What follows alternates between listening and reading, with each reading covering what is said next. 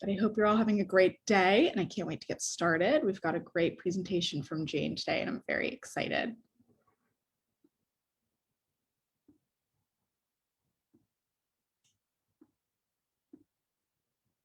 Okay, so I'm just going to give it, I've got everyone in for the waiting room. I'm just going to give it about 1 more minute to let some people trickle in, and we'll begin pretty soon.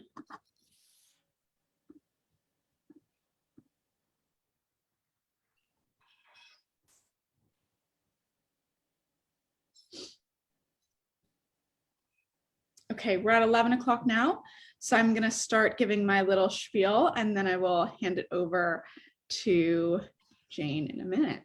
Oh, I've actually, just give me a minute. There's some more people entering the waiting room, so maybe I'll wait just a second and let everybody in.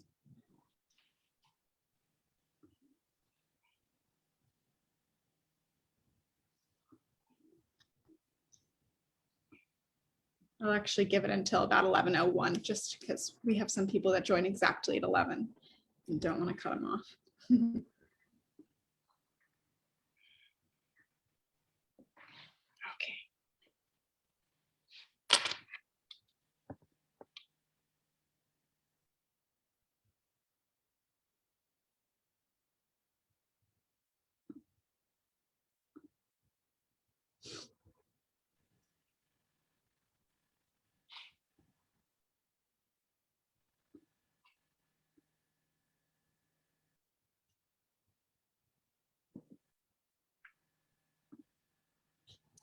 Okay, so thank you so much for everyone for joining us today. I could just remind everybody to please keep themselves muted throughout the presentation, just because background noise can be a bit distracting at times. If you have any questions, please type your questions into the chat box at the bottom of the screen.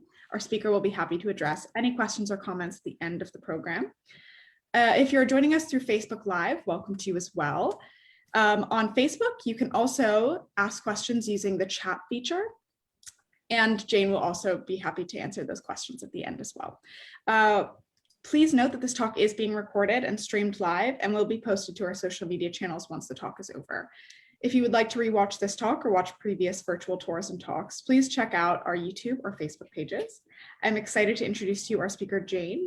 Her talk is entitled Anthony van Dyck, Caught in Sicily During a Plague. Thank you, Jane, and I'll hand it over to you now. Thank you, Blythe.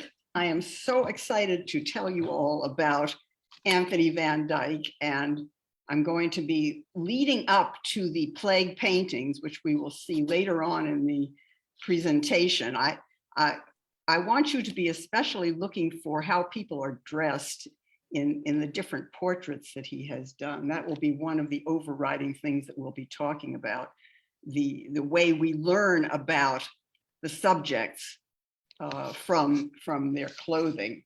So Anthony van Dyck was born in Antwerp in 1599.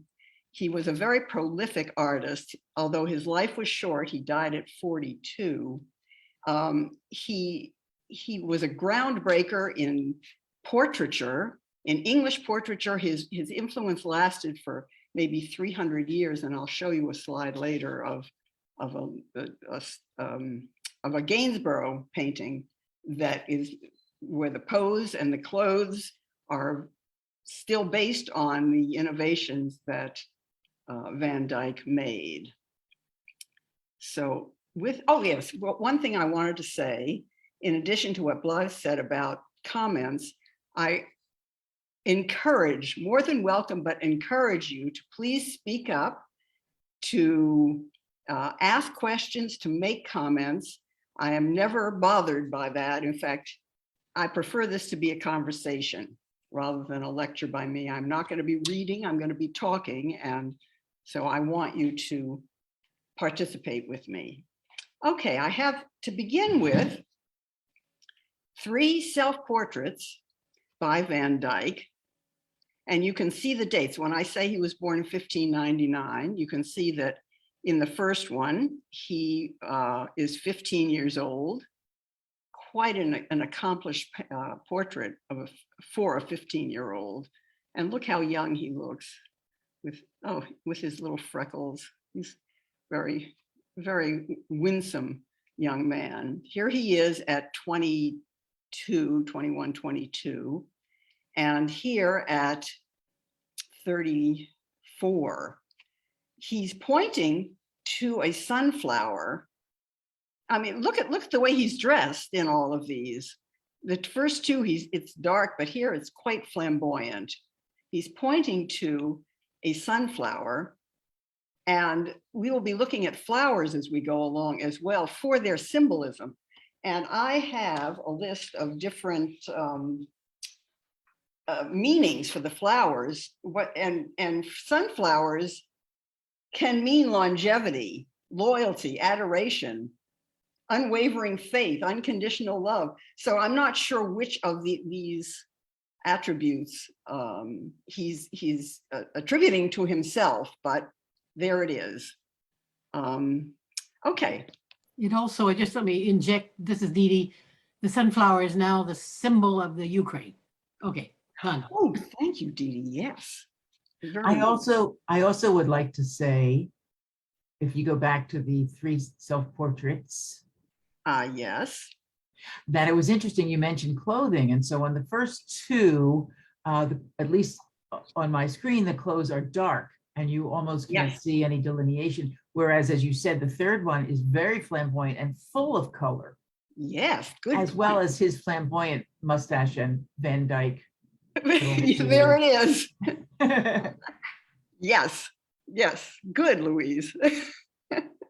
Okay, I'm starting off with the painting that provoked this whole talk. That is that in the Timkins collection, the portrait of Mary Villiers, Lady Herbert of Shurland, which was painted in, as you see, 1636.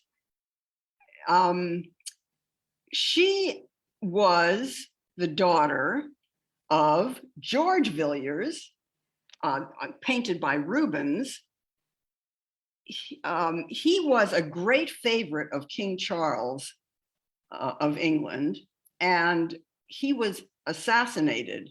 When he died, he had 3 children, and when he died, Charles I took Mary Villiers and her brothers, who I'll show you in a minute, into the palace and raised them with his own children, so that the Villiers children were quasi-royalty. I want you to look at Mary and what she is. Let's see if I can get this. Yes. Look at what she's pointing to. Do you know what these black ribbons tell us about her at this time in her life? She's in mourning. Exactly. She's in mourning. Her first husband has just died. I think she goes on to have 2 more husbands. So there is the question of her state of emotion at this time. She's in mourning, and she is holding a flower, which looks like a rose. And always when I've talked about this painting in the museum, I've suggested that it was a memento mori, that you know that you will die, because cut flowers don't live very long. But as you'll see as we go along, there are a lot of paintings that have roses in them, and especially pink roses. And when we talk about that, I will talk to you about what pink roses mean. I mean, I'm just looking at my list here. Gratitude and peace that doesn't quite square with this kind of portrait. Also, as I said, look at the clothing. She looks like a very aristocratic, upper class woman. Oops. Jane? Yeah. What about her hair? Yes. What do you think about her hair? It just looks so fake. Oh, fake. Interesting idea. With the curls. I mean, it just is so. I am sure that she had a hairdresser. I'm sure she did. Who made those little ringlets pasted to her face. Exactly. Yes, and now that you point out the hair, check out too her jewelry. Oh, yes. We're going to see a lot of pearls. These were not little tiny seed pearls. These are big pearls, and they were expensive. You can see here. Also, there's the beautiful painting of the I don't know whether it's very fine organdy, but anyway, it's all terrific indicators of her status. Here are her brothers, George Villiers, who was the second Duke of Buckingham. His father was first, and then Lord Francis Villiers. So these two little boys are her brothers, as I say. Notice how they're dressed. The kind of roses on their shoes, and notice the pose. We will see how the pose of these little boys is repeated as we go along. Okay. In this, I'm going to move this out of the way. Here are Lord John Stuart and his brother Lord Bernard, Lord Bernard Stuart. Looking at the way these two young men are dressed, do you have any idea what they might be doing wearing these clothes? Does anyone have a guess? I couldn't guess, but when I read about it, you mean other than flaunting? It looks like flaunting, exactly. They are dressed for travel. These two young men are about to embark on their 3-year grand tour, which all young men of their class did. From England, they traveled on the continent to learn about the world. This was part of their education. I was going to say they went to university. I'm not sure about that, but anyway, they did travel to learn about the world. I want you to notice, let's see how this works. Let me move this. Notice again the painting. So here, Bernard, let's see, this is probably Bernard Stuart, throwing back his cape to show you the lining and the fancy, it looks like beadwork and embroidery on his pants. This is, again, the fabric and the detail is an indicator of his class. Now, as I told you, I was going to show you a Gainsborough. You probably all know Thomas Gainsborough's Blue Boy, which is at the Huntington Museum in Pasadena. So notice the pose and notice the clothes. Do you see similarities?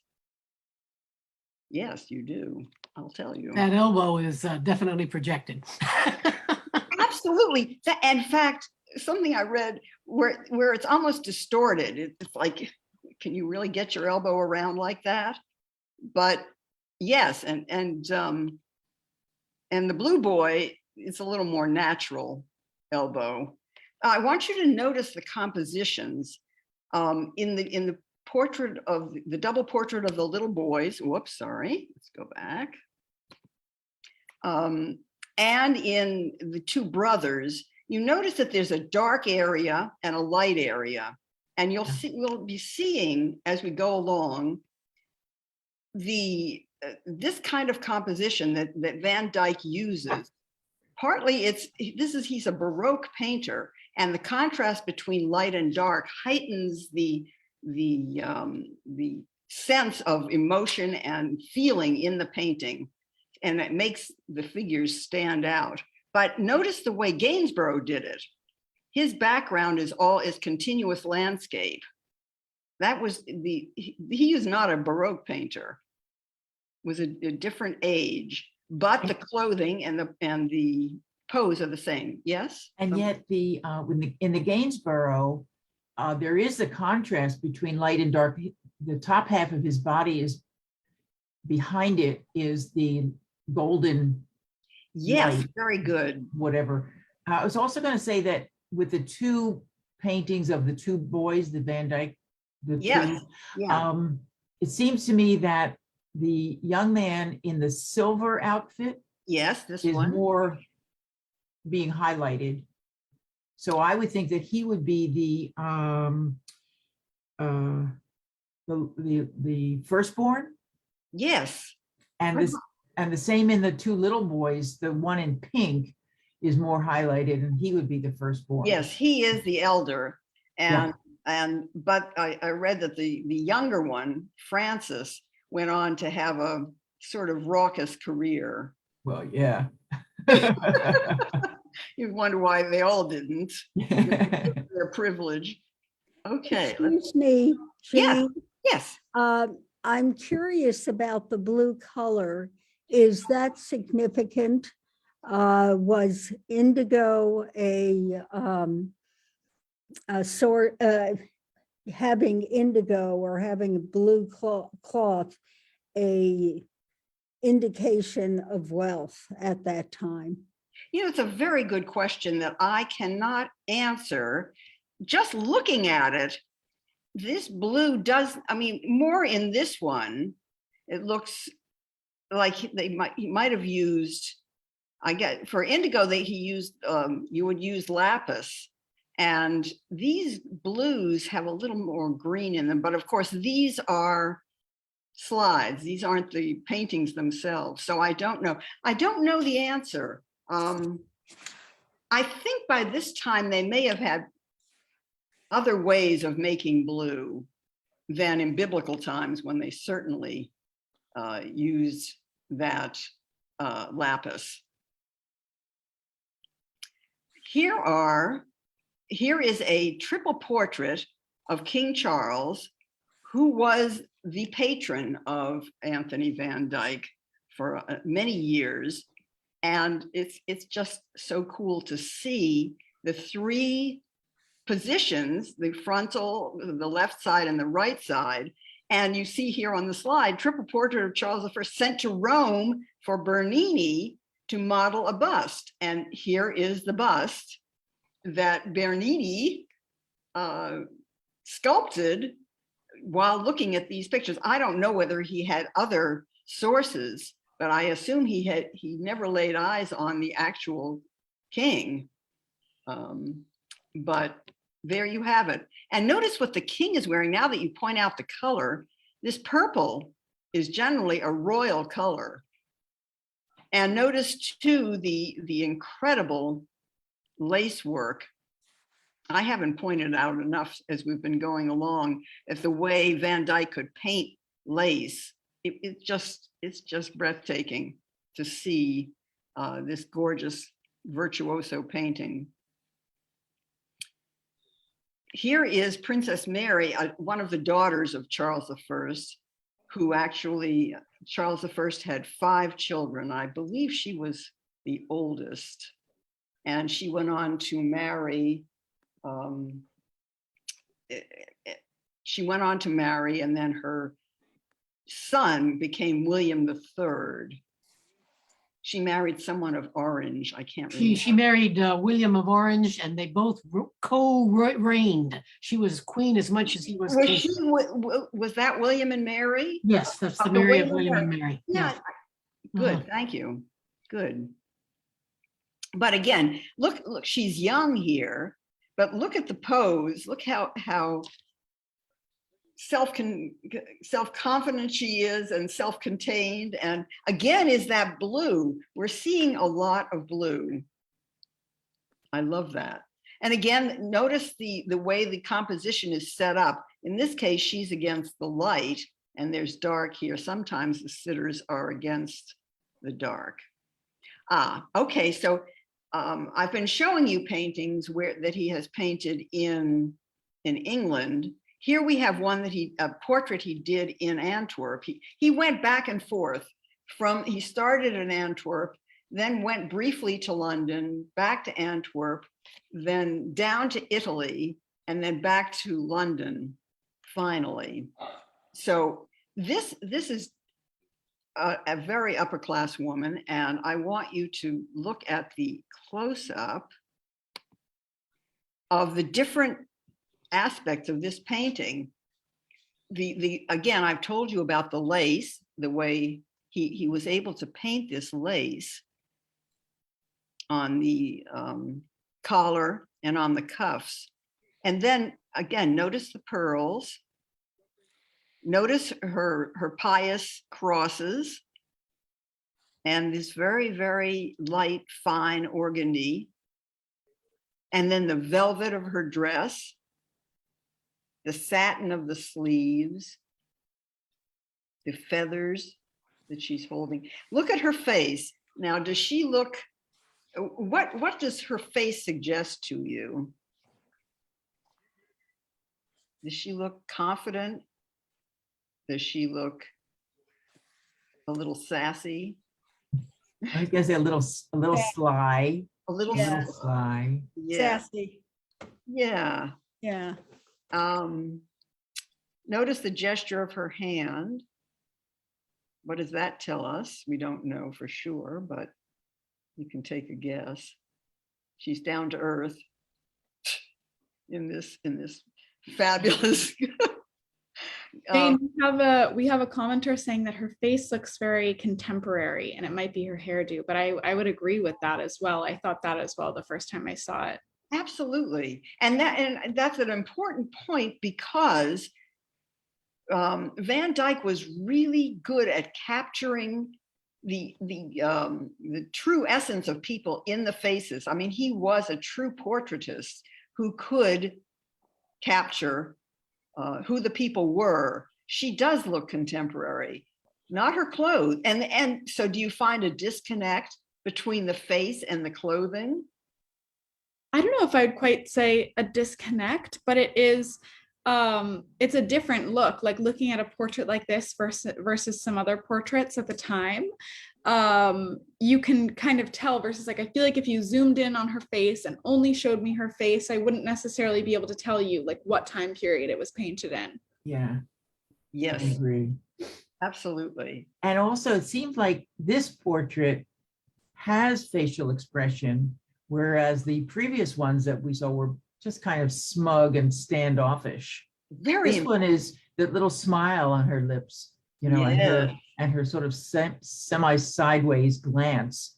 It's almost not quite come hither, but yes, and so this is a difference between a commissioned portrait. This woman obviously commissioned him. All his work was done on commission. He didn't paint on spec. So he's going to be flattering her in the first place. When you're doing a portrait of someone, you don't make them look ugly. So he wanted to be as realistic as possible, but in the best possible light. You know, while you have these, what do you call it? The details in front of Yes, your face. yeah. I'm going to make one comment. I hope you do not mind. I understand I am not the art historian of choice. So this is something I sort of picked up on in my hearing, reading. The Venetian school, from which Van Dyck and the Northern painters got much influence, versus the Florentine ultra detailed painting that they did, and prior to that as well, when you see the icons and some of the clothing there. If you look very carefully, I would like to point out that on the bottom of her dress, under the stomacher, you have a bright light that's going down her dress, right? It's a highlight. Yes, I'm going to Okay. get my Yeah. my laser pointer just a minute. Okay, here. Yeah, that's it. Notice, if you really look at it, all it is a squiggle of paint. Absolutely, You- very important. Very important. And the same thing goes with, say, some of the highlights on the sleeves. But Yes, if you look at the lace, now I have seen paintings where lace is so detailed, it makes your eyes cross. right. This one really is very detailed, and he's done it beautifully. He had fantastic ability with fabrics. But look, it is suggested. It's not Yes. micro small. Okay, Very those good. lines of the lace. So I'm just saying that because I understand that the Venetian school was highly influential in the northern realms, and this started a completely new way of getting at portraiture and clothing, and Van Dyck, of course, was excelled at it. So I'm just saying, strangely, if you go back a couple hundred years and you look at the detail and plants and stuff like that, it was so detailed that you literally could see every leaf, that kind of thing. So Thank I'm you. just Yeah. saying it because you had this beautiful example up. Yeah, thank you, Dee Dee. That's You're welcome. excellent. Jane, Yeah. I have a question going back to that one with Yeah. the lace. Yeah. Did Van Dyck actually do that, or did he have a student, a student helper?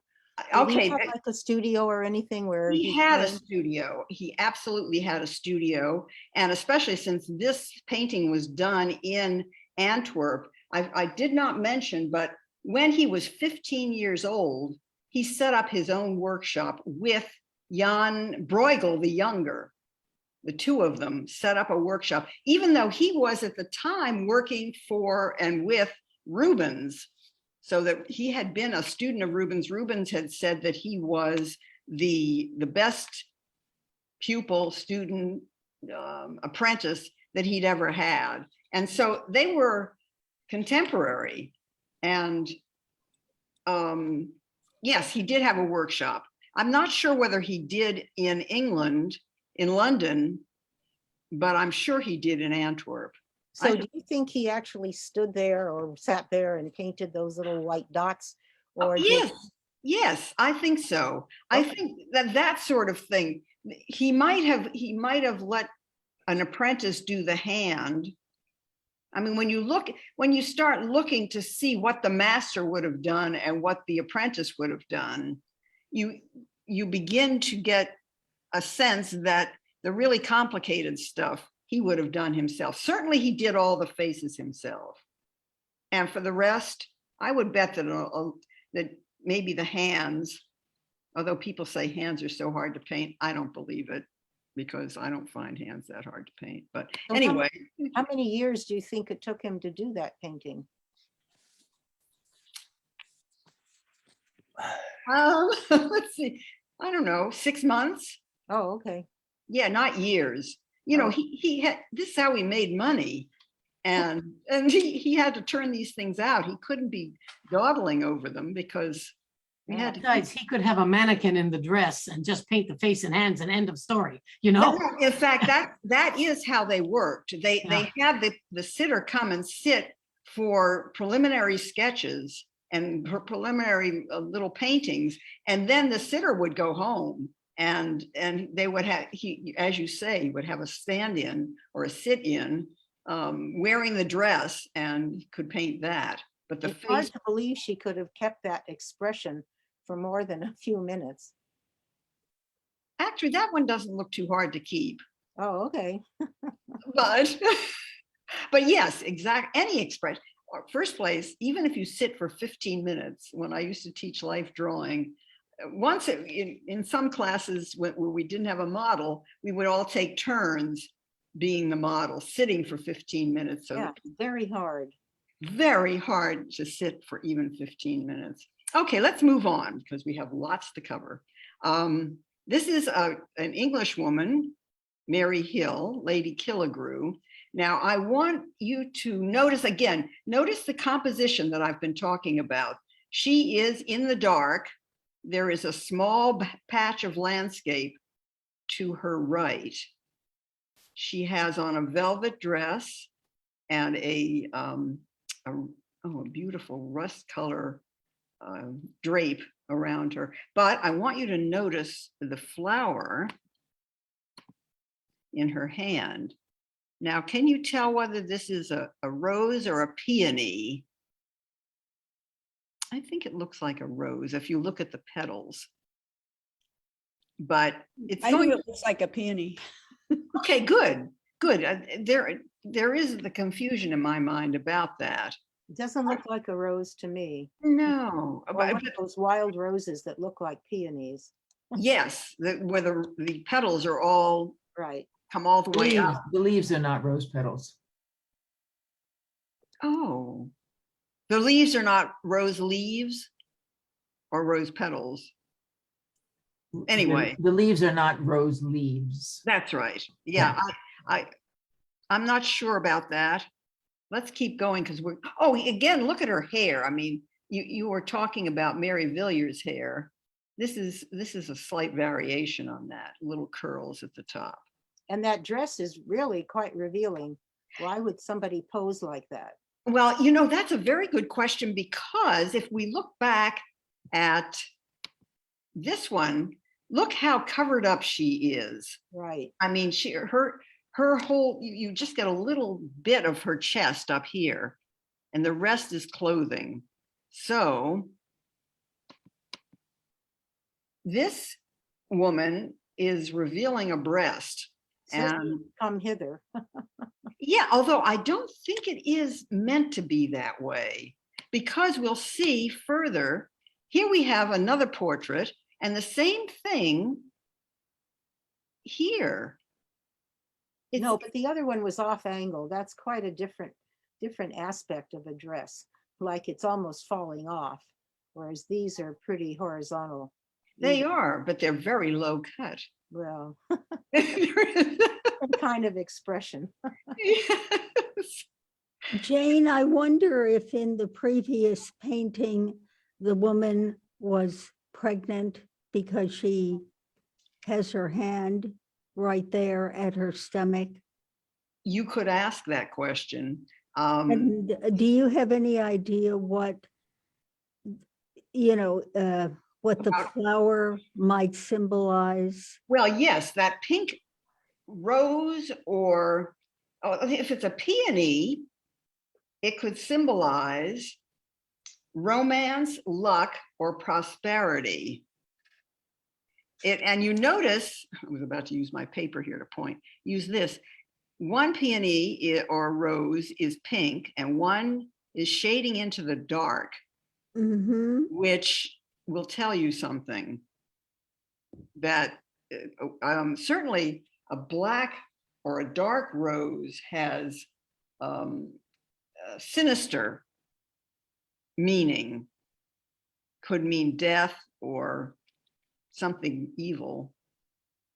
Jane, But, yes. in reference to the idea that maybe she's pregnant and holding her belly that way, there's another painting later in years, not by Van Dyck, of the couple. It's a wedding portrait. The Jewish wedding couple, yeah. That's not Rembrandt. Vermeer? Is that? It's not Vermeer. It's one of the Dutch. Yeah. And they've got the Feeney mirror behind them, which is reflecting a lot. Right. The Arno And she's Feeney. she has this That's right. big, Do you know, her hand is on over her belly. And Yeah. I would use it in my classes. The students said, "Oh, she's pregnant," blah, blah. But I don't know. I think it's just the amount of material. Yeah. And in fabric. addition, it was the fashion to wear bulking stuff out under the stomacher.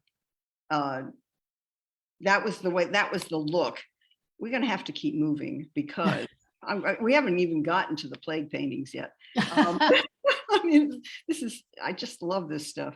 So, okay, here, the reason I'm showing you this is partly for the way the fabric is painted. And I'm not going to ask you, I'm just going to tell you that we know that these are upper class women. And these flowers, now let's see, I believe we have yes, I want you to see the basket of flowers. Now I looked all over online to find out the meaning of the offering of flowers in a basket. And it was I couldn't really find anything definitive. And you're going to see in the plague paintings that this offering of flowers in a basket is a theme. So these, again, I think these are roses. So, okay, let's keep moving because we want to get to everything. Here's the last of the double portraits of the Cheek sisters. This is he died in 1641. So this is a year before he died. But I want you to notice first the composition. This is just a beautiful composition. Notice the way your eye goes down the tree and up her arm, pointing to the roses. Then your eye can go from the bottom, following the blue drape, up over her shoulder as if there's a wind has come up to blow it, or she's been moving. This is a very dynamic composition. And again, with the basket with flowers. Okay. Now, Van Dyck had been working in Genoa. When he went to Italy, he went to Genoa, and he had quite a clientele of people commissioning portraits. But he was invited, or I should say, and he was invited to come down to Palermo to do the portrait of Emanuele Filiberto of Savoy, who was the viceroy in Sicily at that time, because Sicily was a Spanish colony. So we have Emanuele Filiberto painted, and I'm going to show you a close-up of his ruff and cuff. Again, the slide is a little fuzzy, but I think that it would be sharper in a better slide. I couldn't find a better one. So this is gorgeous painting. And at the same time, I want you to notice the armor that he's wearing, the armor that is so decorated, and his helmet is over on the side. Why would he have a ruff with armor? We don't know. I mean, that's the custom. And he's holding his sword. The empty scabbard is here. Status. Status. Oh, well, yes, because he is the viceroy. He's the head guy there. But is he wearing shorts underneath his armor? Yes, it looks like it. And then garters holding up. I think that this is, this is the extent of the portrait. I don't think it was cut off. This is as far down as it was painted. But the story about Filiberto was that this portrait was painted, and at the time that Van Dyck arrived in Palermo, just when he started to do this, the plague broke out, which meant that he, Van Dyck, could not leave town. All the ports were closed. All the trails, there was no way out. He had to stay in Palermo. And tragically, 3 months after the portrait was painted, Emanuele Filiberto died of the plague. So while he was in Palermo, Van Dyck did religious paintings as well as portraits, as well as the saint I will show you in a few minutes.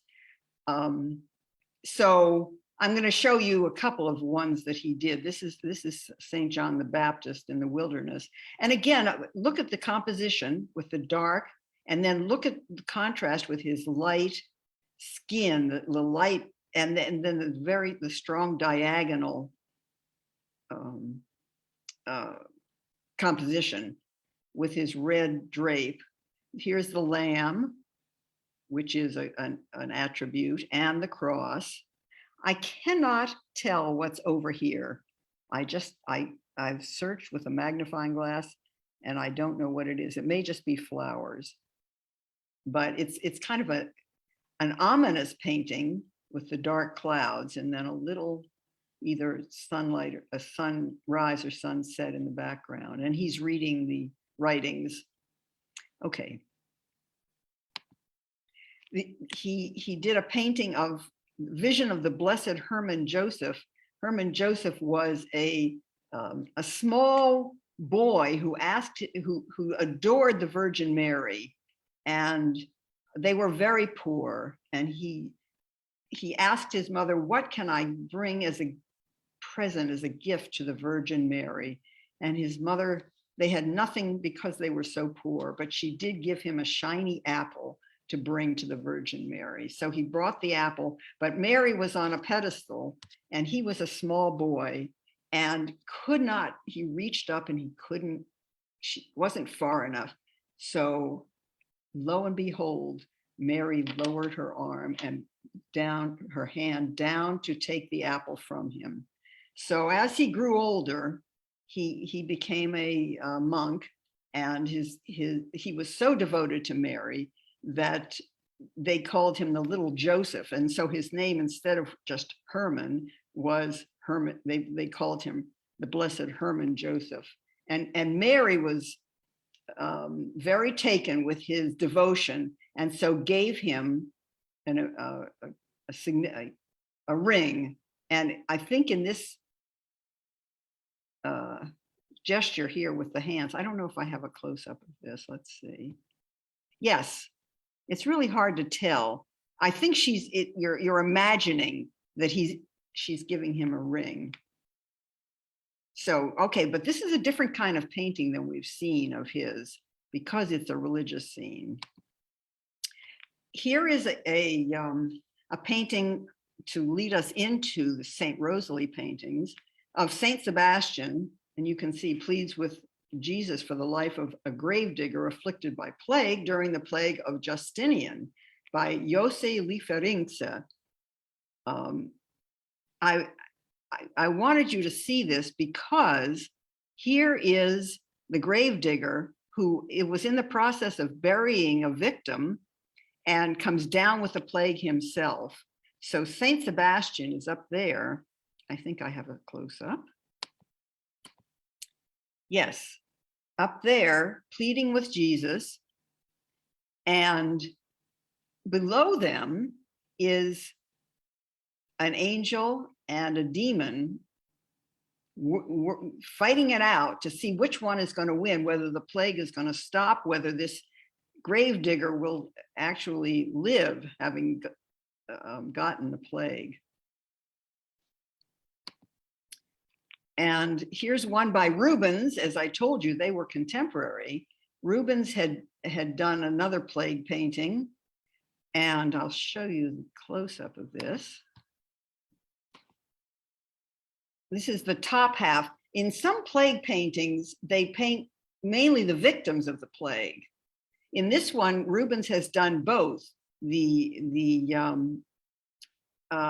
intercessor, who was Saint Roch, who became a patron saint for plague victims.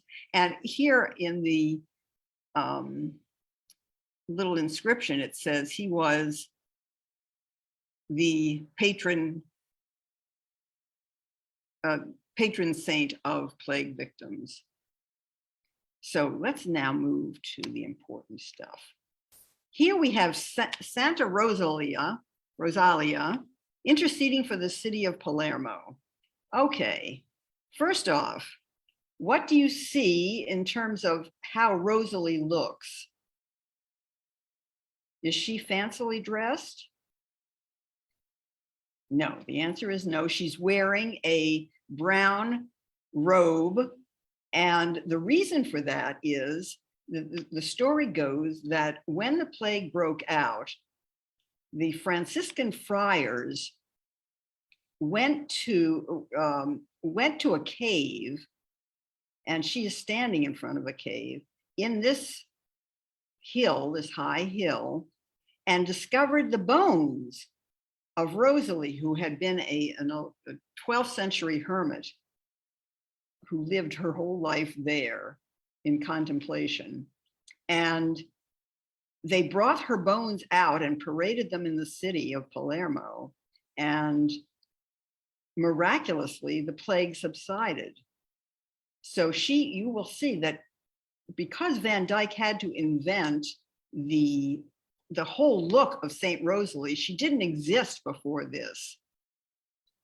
He dressed her, and you will see, always in a brown robe with the rope belt that the Franciscans wear. Here it is. We also see here one of her attributes, which is the skull, which stands for 2 or 3 different things. One, this represents her bones that were found in the cave. 2, the skull represents death, that we will all die, a memento mori. And in this case, There are some of the long bones as well. This is like the whole skeleton. And what was the third one? I don't remember. But okay, notice her hands. One hand is with the palm facing up to God. One hand is pointing down to Palermo. She is asking for God's help to save the city of Palermo from the plague.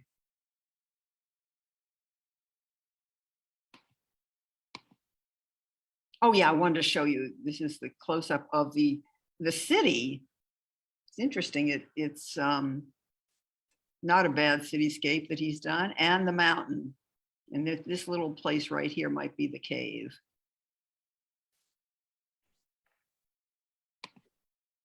Here's another Saint Rosalie. This one's in the Museo del Prado in Madrid. Okay, here we go with a cherub. I think we have a question from. Yes, please. Jane, I was wondering about these ladies' eyes. Like, like, what's the deal? What's the deal? Very good. Okay, the eyes are looking heavenward. Always, you will see. In fact, in contrast to the portraits we've seen, where often the subject of the portrait is looking right at you, this Saint Rosalie never is looking right at you. She's always looking heavenward. Okay. And I'm glad you pointed that out, because there are the eyes. He painted her. He had to invent her. She was not, as I've said before, there was no, like with icons, there was no previous painting of this saint. He painted her with, it looks like red hair. In the write-ups I've read, it says blonde, but I think this is red hair. Reen, take note. That's my sister. She is looking heavenward, and her face is always the same. So I assume that he used one model for the first one and then just kept using her face and body, hands, for all the subsequent ones. So this cherub is going to be crowning her with a crown of pink roses. Now, because her name is Rosalie, that's why the rose. But the other reason is the pink rose is for gratitude and peace. So gratitude, I guess, would be if she can convince God to stop the plague, the people would be grateful. So notice, again, as I say, the dark cave area, and then the sky. In this case, with one little cherub. We will see ones with others. How are we doing? Is that a skull? No, go back to the other one. No, wait a minute. I'm sorry. Yeah. Is that a skull? Thank you. Yes, that is, her hand is on the skull. Okay. Again, because there is a skull in every one of her paintings, I'm taking that to be one of her attributes. Whenever you see, although you see that in other religious paintings, you see the skull, which is the reminder that death will come. But it's interesting, she's wearing the brown Franciscan friar's robe, but with a brown drape. And that enlivens the composition. That it makes it, again, as I was talked about before, a very dynamic composition. If your eye follows these things around, there's lots for your eye to do in a simple setting here. This is not complex like the Rubens paintings.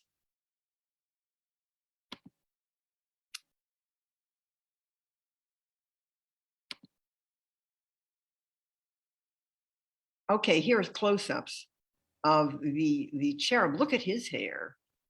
That's pretty nice, little blonde guy. And then her face, and look at her eyes. It's almost like she has a tear in her eye.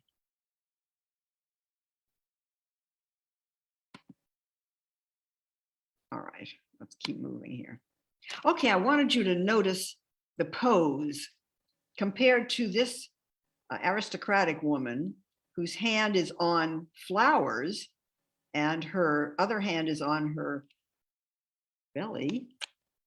Here, Rosalie has her hand on over her heart. Oh yeah, I was just noticing, notice the parallel between the cherub's arm and with the roses and her arm leading up to her red hair. Here's another one. This is Saint Rosalie in Glory in the Mémile collection in Houston. And I have to move this out of the way so I can see it. Here, again, she's, as you notice, she's looking up to the clouds. And this is interesting in that there's a cloud here, and yet there seems to be the edge of a cave, and as if the cloud is coming out of the cave, and yet the rays of light coming down would signify the power of God, at least to me. You notice she's kneeling and gesturing to earth, to Palermo, hand on heart. And okay, the cherub is holding a crown of roses for her. And do you know what these are? These are lilies. And here are more roses. So you get this, you get the idea that he paints these in a almost formulaic way. I wanted you to see the difference between Mary Villiers, the Mary Villiers painting with her hand pointing to her chest and to the black ribbon, and then her lower hand holding the rose, and this one gesturing. She's kneeling. Here's one knee. This is slightly distorted, but that's okay. And here's the skull. You remember I told you there's a skull in every one of them. Okay, let's move on. I think we're coming near the end. Rosalie interceding for the plague-stricken of Palermo. Oh, this is a really interesting one. Again, look, she's looking heavenward. She's gesturing. Actually, both hands are sort of down now. But I want you to notice these cherubs. First, here's one crowning her with what looks like a white rose and other colors. And the white rose is for purity and holiness. But wait a minute, I think I have a close-up. I think we do have some close-ups, yeah. Yeah, this has really cool. Check out these cherubs, what they're doing. I mean, this is just strange. They're playing with her robes. This one is looking under her robe. I mean, what's going on? And then here's the skull, but it looks like this cherub is playing with it as if it were a ball. What, somebody tell me how you would interpret this painting.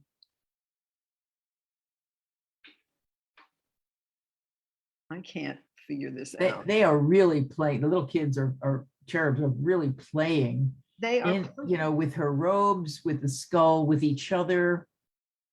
Yes. And does that suggest that in fact her supplication is working? That in fact the plague is abating because she is busy pleading with God to help? I mean, they don't look like morose little beings. They look out of control. Those are little putti. They were very in. Those little pootsy were, exactly. It's interesting. And some of them have, look at this one, doesn't have much hair. Your real baby model. Yes, but they all have nice pudgy bodies. Yeah. You know, this, I don't know, I stepped too. away for a minute. I wanted to say that this is so a mix of pleasing whatever your audience is. Now, the people in Palermo, the upper class from Spain, would have been very devout. And so they're trying to get in the new style with the putti and all this fun stuff, and yet be serious about the intercession of the Saint Rosalie and so forth. So it's a combination of serious religious stuff, and yet you have to be a part of the time you live in, you know? Absolutely. That's a very good point. And her hands are, both of them, pointing downward toward the putti. Yeah. Right. Yes. Uh-huh. It's like, God, do you Uh-huh. see what's going on here? Do you see what's happening? Yeah. What is going on? Yeah. Good. Okay. Let's see what And we she's have. kind of chunky. I think she's well fed. Yes, she does look kind of chunky. I wanted you to see her in comparison to this lady who we looked at extensively before. I mean, the difference in their clothing, the difference in their faces, as I pointed out, she's looking at us, she's looking at God. And as busy and detailed and compositionally interesting as this painting is, all of that shows up in the clothing here. This is just one figure, but with lots of detail in the clothing. This is one figure with a bunch of putti, and the clothing is not so important. The clothing tells us who she is, but it does not wow us. It does not say her status is really high. In fact, it says that she's a humble person. It's a religious robe, like a Franciscan Third Order or whatever, you know? Yeah, that's what Yeah. I Yeah. had mentioned that. Oh, okay. Because it was the Franciscans who found her bones, or they found some bones, and they said this is Saint Rosalie, or this is Rosalie, who we know was a hermit back in the 12th century and lived in this cave, and these are her bones. No hermit was that fat. That's for sure. This is Baroque Yes, fashion. Plumpness was in. absolutely, absolutely. And he was a master of it. Although she's not very, this is Baroque also, but whole different set of priorities. Let's see if we have any more. Oh yes, this is the last one of the Rosalie paintings, a Coronation of Saint Rosalie, or Madonna and Child with Saints Rosalie, Peter, and Paul. You know, as I looked at this, again, I mentioned the basket of flowers that's being offered. And the baby Jesus is about to crown her with flowers. Here is her skull and white lilies for her purity. But showing her with Peter and Paul places her in the pantheon of saints. She was made a saint as a result of his paintings, I believe. Didn't he invent her? I think he did. He invented her outside of Palermo. Let's put it that way. The people in Palermo knew who she was, right? I Did don't I know. miss that? Oh, okay. I'm not sure of that. I don't. Ah. I mean, I think they knew that there was a hermit who had lived Ah. who lived in the cave in the hill, but I don't think that they knew a name for her, or maybe she had a name. Maybe she was Rosalie, and I believe that it was Van Dyck who made her who she is. That's amazing. That's great. And it's a terrific story. And to this day, in July, it is on her Saint's Day, they trot out her bones, carry them around the city, and there's a great celebration, as you know they are wont to do especially in Italy. So I think I have two more, but they're not of Saint Rosalie, and we can maybe, it's getting to be time. And oh yeah, this is just close up of baby Jesus about to crown her, and the skull I talked to you about. So let's see, I think we have, oh yeah, this is, would you know that this was David? It's not a painting by David I'd ever seen, but it's Saint Roch interceding with the Virgin for the plague stricken in 1780. But it certainly, this is a figure that looks like David, perhaps his painting of Marat. And then I think the last one I have is by Tintoretto, which is Saint Sebastian, who was also an intercessor saint. So folks, I think that is it. And I will entertain questions. We have, what, another minute? Questions? Good job, Jane. That was fantastic. Great. Oh, good, thanks. It was great. Super, Jane. That was really fascinating. Yeah, thank you, Jane. You're so Great. welcome. Yeah. Thank you very much, Jane. You're very welcome. I'm glad that you all could attend. Uh, Same here. uh, Thanks, Jane. Thank you so much, Jane. That was so wonderful. If anybody has, it was such a great, lovely discussion. So thank you to everybody who participated as well. It was really a pleasure to listen in on the discussion. So if anybody has any questions, feel free to unmute yourself and ask Jane yourself, or if you would rather put them in the chat, I can relay them for you to Jane as well. So we'll just give another minute if anybody likes to do that. And while anybody is thinking of any questions, I'll just say that next Thursday, we have another talk at 11 a.m. entitled Rembrandt and His Colleagues, if you'd like to join us for that as well. Also, if you're joining us over Facebook Live, make sure to like it so that it can then be shared to other people and everyone else can see it. We've been getting some great interaction from people all over the world, and that's been really fun. And so with that, if there are no other questions, I'll give another opportunity for anybody to ask. Yes, Mimi, do you have a question? Well, I was just wondering, so have you recorded this? Yes, so this is recorded and you can find it on our Facebook page or our YouTube page. Okay, great. Thank you. And the other lectures that are recorded, we record all of our lectures and from the Thursday lectures, and they'll all be posted up there. So you can pretty much find any of them. Okay, thanks. Yeah, of course. Thanks again, Jane. You're welcome. Thanks. See you, Mimi. Bye. Thank you so much, everybody. That was so lovely. And I hope to see you next week. Bye-bye now. Bye.